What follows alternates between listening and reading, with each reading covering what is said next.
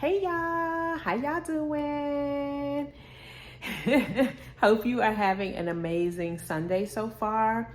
I know that I said thank you for coming, first of all, to my page to hear my first update, if you will, on this journey to the NPC Bikini Competition that I will be participating in roughly 8 weeks. 8 weeks, y'all. Thanks so much for coming and just tuning in. I know I said that I was going to go ahead and start chronicling this because this is uncharted territory for me. I've never done anything like this before. So I was like, hey, why not have like a little video diary going on over these weeks so that I can even come back and look at it and see the journey, okay? As you can tell from the title, I just wanted to start off kind of small and just touch on 3 things in life that have changed for me. I'm just going to jump right in. Just 3 things I want to talk about really quickly. The first thing is that on this journey called competition, but also on this journey called wellness and lifestyle change, and if you're trying to lose any particular type of weight or anything, your diet just has to change. My diet has drastically changed. If you are the type of person that needs variety in your diet, and I think we all, thought that we did, this isn't for you. Well, I'll say it is for you. You just have to make that change, right? You have to get out of that mindset. But I was one of those people. I was like, no, I'm never going to eat the same food every day. And what am I doing now? Eating the same food every day. Okay. With some minor changes sometimes. Okay. But overall, I eat fish and chicken. Okay. And during the week, every day it's the same breakfast, lunch, dinner, snack, whatever it is, I'm eating the same thing every day. So I've become accustomed to it.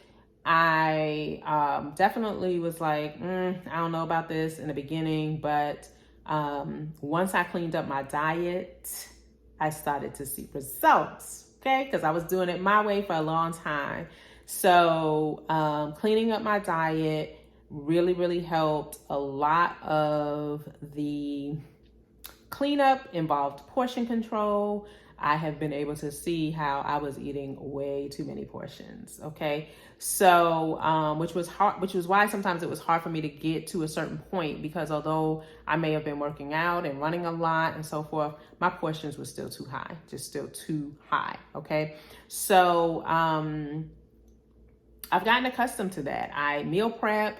And you just make it do what it do. I know that it yields results, coupled with the other things that I'm doing. But that's a huge portion of this process. It really, really is. And if it didn't work, I wouldn't be doing it. So there you go, right?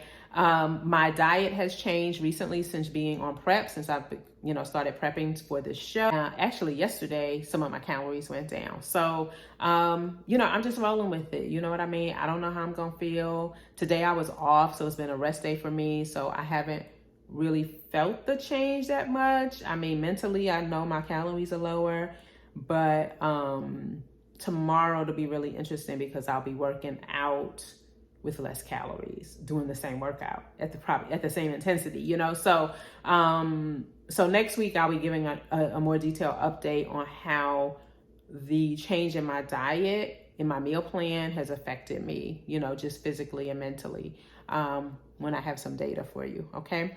So that's the first thing, diet, nutrition, food, it's everything. Okay. I am eating real food, guys. I'm not doing anything crazy, liquids and this and that and all of that. I'm eating real food, okay? So that I have to cook. So it's not, any kind of fad thing. It's real food, right? So that's the first thing. Second thing that, of course, has changed dramatically for me is my workout. I've done some strength training, not anything major. I've done some other programs out there I will say that even when I was doing those programs, my diet was not on point, and that's why I wasn't seeing results. Okay. So when I think about it now, I'm like, I was just wasting so much time. I was putting in a lot of effort, doing some strength training and doing some things, following someone's program, but not following the food, thinking that I could, if I just go ahead and work out like this and keep running, I can still eat the things I wanted to eat. And I could do that, right? But I'm not going to see the results I want, right? And with age, I'm 52, menopause, things like that. The things that I used to be able to do, maybe, 10 years ago, maybe even 5 years ago, I can't even do that. Don't work no more. So, you have to eventually just get to doing what you really know. What you know works. This works, okay? So my workouts are a lot more intense. Of course, right now, because I'm in prep, they are really, really muscle focused. And because there are certain things that will be judged on the stage. And so, of course, any good coach is going to make sure that their athletes and their clients are targeting those areas. So while I may have done a lot of leg work in the past and, upper body work and so forth, now I'm doing a lot more targeting of those areas, okay?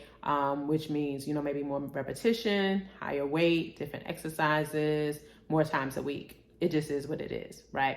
So that's different, but I have gotten accustomed to that. And, I just go in there and do it. I really take each day as it comes. I try not to think about what I have to do the whole week, because why? Let me just deal with when I walk into the gym, what I have to do that day.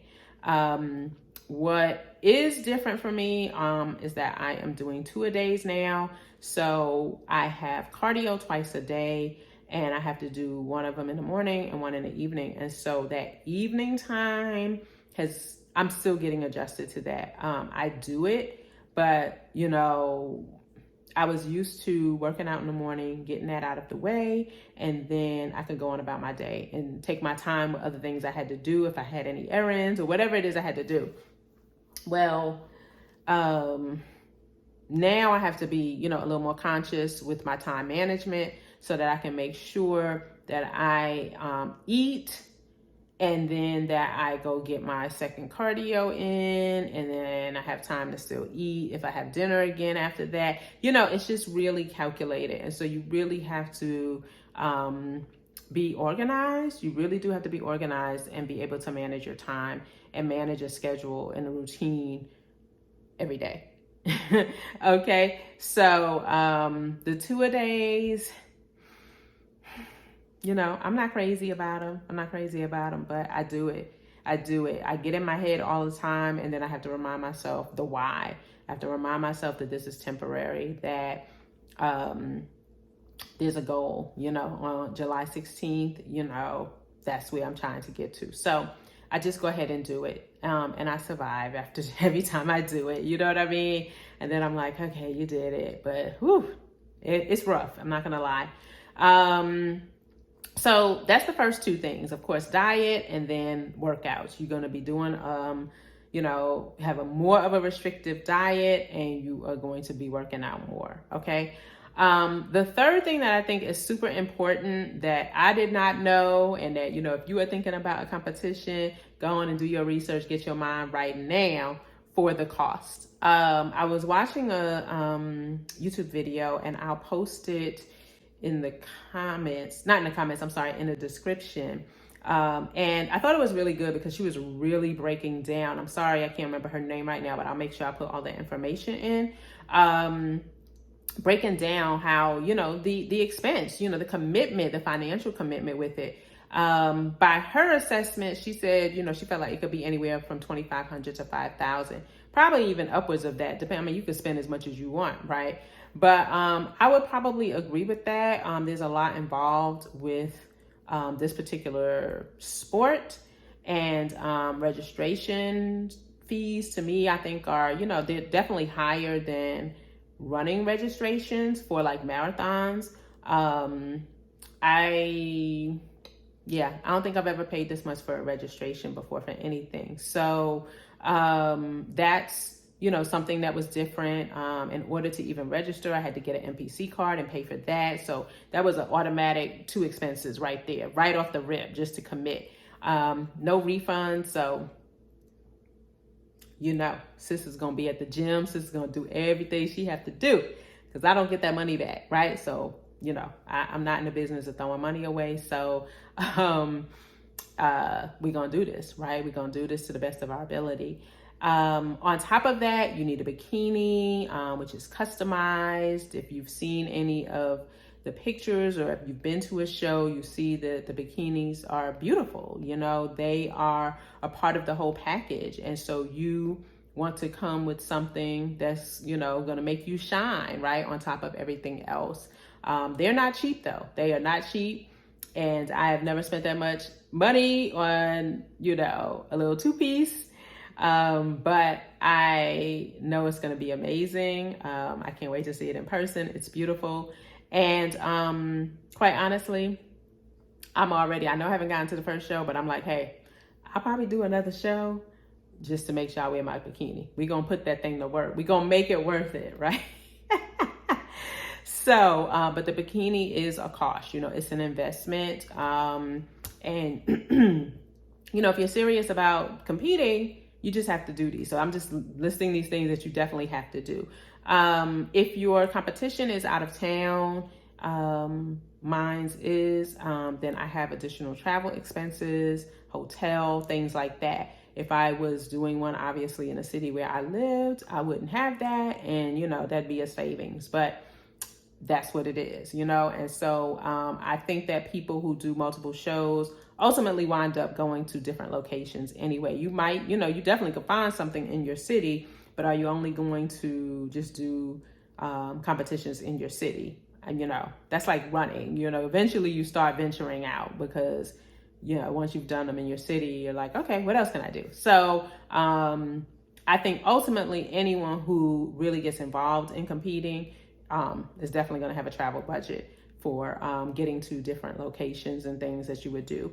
I feel like I'm forgetting something. Oh, the last 2 things right now, because I have a running list, but tanning, have to tan. It's mandatory, and it's mandatory that I use the people that they have at the show. So, and I get that because we have to actually tan the night before, and then we go back the next day for some touch-ups and things like that. So just to have things uniform and stuff, I get it. You have the same people doing it, and that's just something, that you have to do. So, you have to go ahead and invest and sign up for that. The other thing is hair and makeup. I'm going with my hair, and I typically wear it like this. I don't have anything really in my hair right now. Of course, I'll make sure when I'm getting dolled up, when Dahlia is getting dolled up, I put some product in my hair and, whatever. I think I have product in my hair from the other day. I can't remember.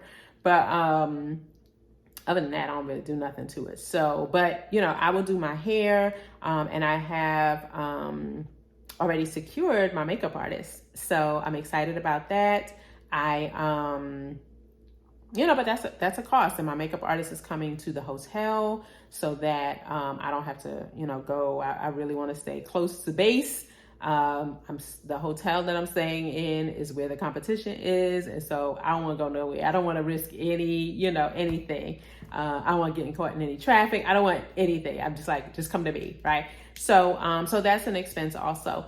I think I still have to get some jewelry. I don't think that's expensive, but I feel like it's more stuff. Oh, duh. How could I forget? Posing.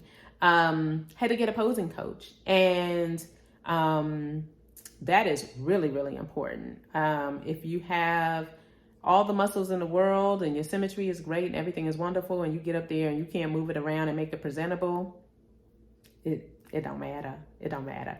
So there's a whole method to this, and everything needs to come together in a nice packaged display, right, on the stage. And posing is a huge part of this process. And that's something that, you would definitely want to invest in. Again, this is a short-term investment. You know what I mean? Like, I know I'm not doing posing, for the rest of the year, right? So I don't mind, paying what I need to pay to get someone who is a professional at this to teach me what I need to know to look my best on the stage. So that just comes with the territory. But those three things, are things that I think are very important to just know right off the rip. If it's something that you're interested in doing, know that you will be, investing financially, you'll be investing your time, your body, and your mind, okay? And your tummy, because, your food is going to change. So just some things that I think is important to just think about. It's some things that have changed for me, and I do anticipate things changing even more over these next 8 weeks. So if I missed anything, or if, if I missed anything, or if there's a specific question that you have for me, feel free to leave it in the comments. I'll be more than happy to address it at the next video. Like I said, I'll be checking in with my updated weight each week.